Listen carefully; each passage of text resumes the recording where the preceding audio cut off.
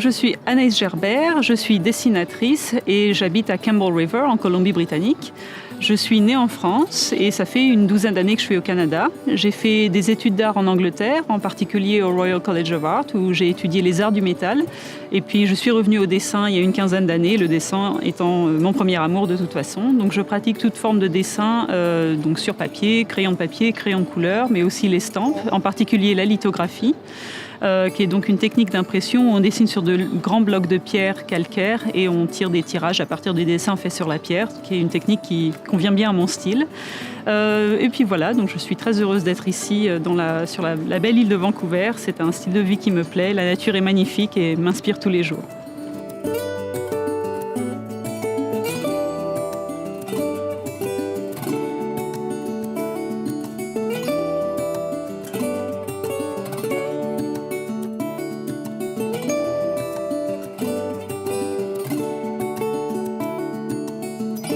Donc, en effet, il y a une histoire derrière chaque dessin. Donc, par exemple, celui-ci, c'est quand j'étais bénévole sur la ferme à Tétis.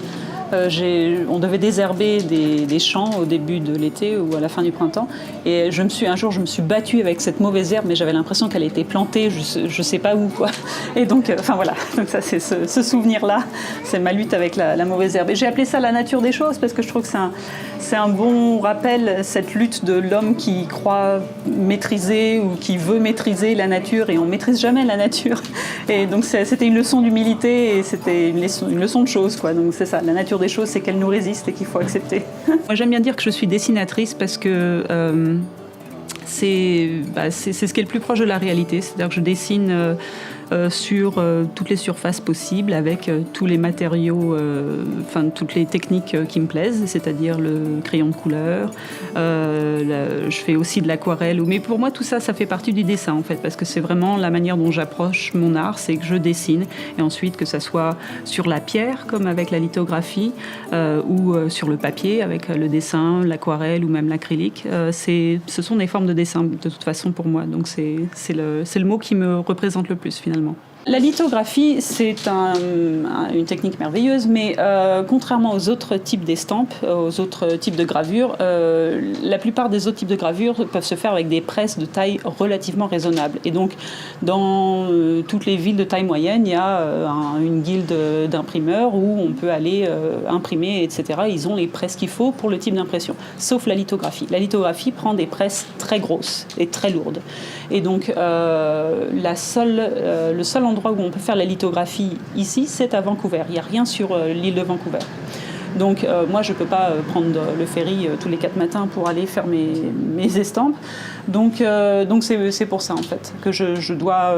si je veux continuer à produire des choses, il faut que je trouve d'autres moyens. Et comme j'expliquais, les autres types d'estampes moi, j'aime trop mon travail est trop précis. J'aime trop la précision et le dessin pour lui-même. Il y a aucun autre type d'impression qui me fournit le même niveau de détail et de finesse en fait. Donc plutôt que de me rabattre sur une technique qui me satisfait pas, je continue. Je dessine du coup. Je fais des pièces uniques au crayon de couleur ou au crayon de papier. Donc je dessine avec mon crayon gras sur la pierre. Ensuite, je fais un traitement chimique sur la pierre qui modifie la structure de la pierre, c'est-à-dire que là où j'ai dessiné, la pierre va être réceptive au gras, et là où j'ai pas dessiné, elle va repousser le gras. C'est-à-dire qu'ensuite, quand je vais prendre mon rouleau encreur et que je vais le passer sur la pierre, humidifié au préalable, là où j'ai dessiné, ça va absorber l'encre du rouleau encreur. Et là où j'ai pas dessiné les zones blanches, le rouleau, je peux le passer 100 fois avec l'encre, ça n'accrochera pas. Et donc c'est comme ça qu'ensuite la pierre, elle est ancrée. Et je peux poser le papier dessus, le passer sous la presse et je peux tirer mes tirages comme ça. Voilà.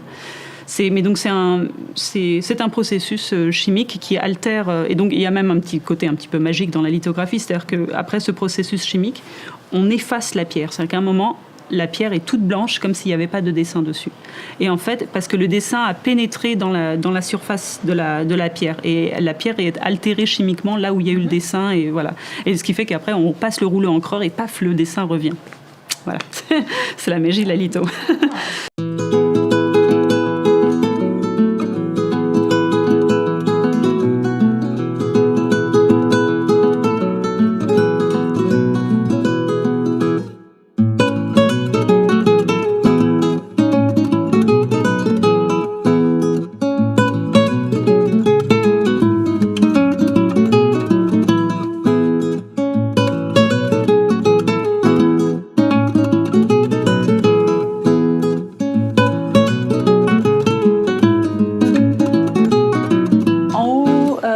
poires, j'adore dessiner les poires, ça fait partie de mon motif préféré, pour aucune raison, ou plein de raisons à la fois, qui est que j'adore la forme, je les trouve sensuelles, pleines de vie, joyeuses, j'adore les dessiner, et puis bon, pour quelqu'un qui aime dessiner les ombres, c'est quand même l'objet parfait.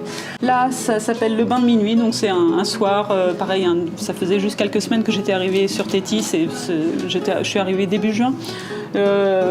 J'étais un peu fatiguée de la vie à la ferme, il se passait trop de choses, et donc un soir à 10h du soir, j'ai décidé je suis partie me promener dans les bois, et bon, il y avait un grand clair de lune, donc j'ai pu trouver mon chemin, et j'ai marché pendant 3/4 d'heure dans la forêt, et je suis allée à la plage, et puis je me suis baignée, et puis c'était magnifique. Ça s'appelle les bulles. Ah oui, donc ça c'était parce que un peu plus tard dans le temps, une fois que je me suis vraiment installée sur Tétis, quand j'allais à mon atelier tous les jours, je prenais le ferry, car mon atelier était à Cheminée sur l'autre bord. Et donc, je devais traverser la forêt pendant une demi-heure à pied. Et il y avait un moment dans la forêt où je pense que la nature les arbres changeait. On passait d'érable à des grands pins Douglas. Et tout d'un coup, ça s'assombrissait. Et j'avais ce sentiment, à chaque fois, de ce passage dans la forêt, de plonger dans la forêt. Il y avait comme si on passait sous l'eau parce que ça s'assombrissait. Bon, évidemment, c'est des choses qui se passent dans ma tête. Et donc, j'ai comme ça eu cette vision de nager dans la forêt. Donc, voilà. Beaucoup du travail qui est là, c'était inspiré par ma vie et surtout mes premières années en fait à Tétis, donc la vie dans la nature, etc. C'est des expériences en fait qui m'ont marqué, et moi les expériences qui me marquent en fait c'est le sentiment d'être toute petite dans le cosmos en fait. Donc ce qu'on appelle le sentiment du sublime, c'est de se sentir physiquement minuscule dans l'immensité de l'univers. Et en même temps, c'est un sentiment qui écrase physiquement et qui élève spirituellement, on peut dire. Et donc moi, à chaque fois que j'ai cette sensation-là, ça me marque et j'ai envie d'en garder une trace. Et c'est là que je fais un dessin de ce moment-là. Donc chacun des dessins là des lithos sont des petits moments comme ça où c'était une espèce de communion avec le cosmos, à chaque fois. Là, le petit matin, oui, c'était un jour, j'étais allée en France, j'étais rentrée en France toute seule et puis j'avais laissé mon mari ici. Et donc on ne s'était pas vu pendant 3-4 semaines et donc au retour, c'était le plaisir de se réveiller ensemble le matin. Donc j'avais dessiné ça.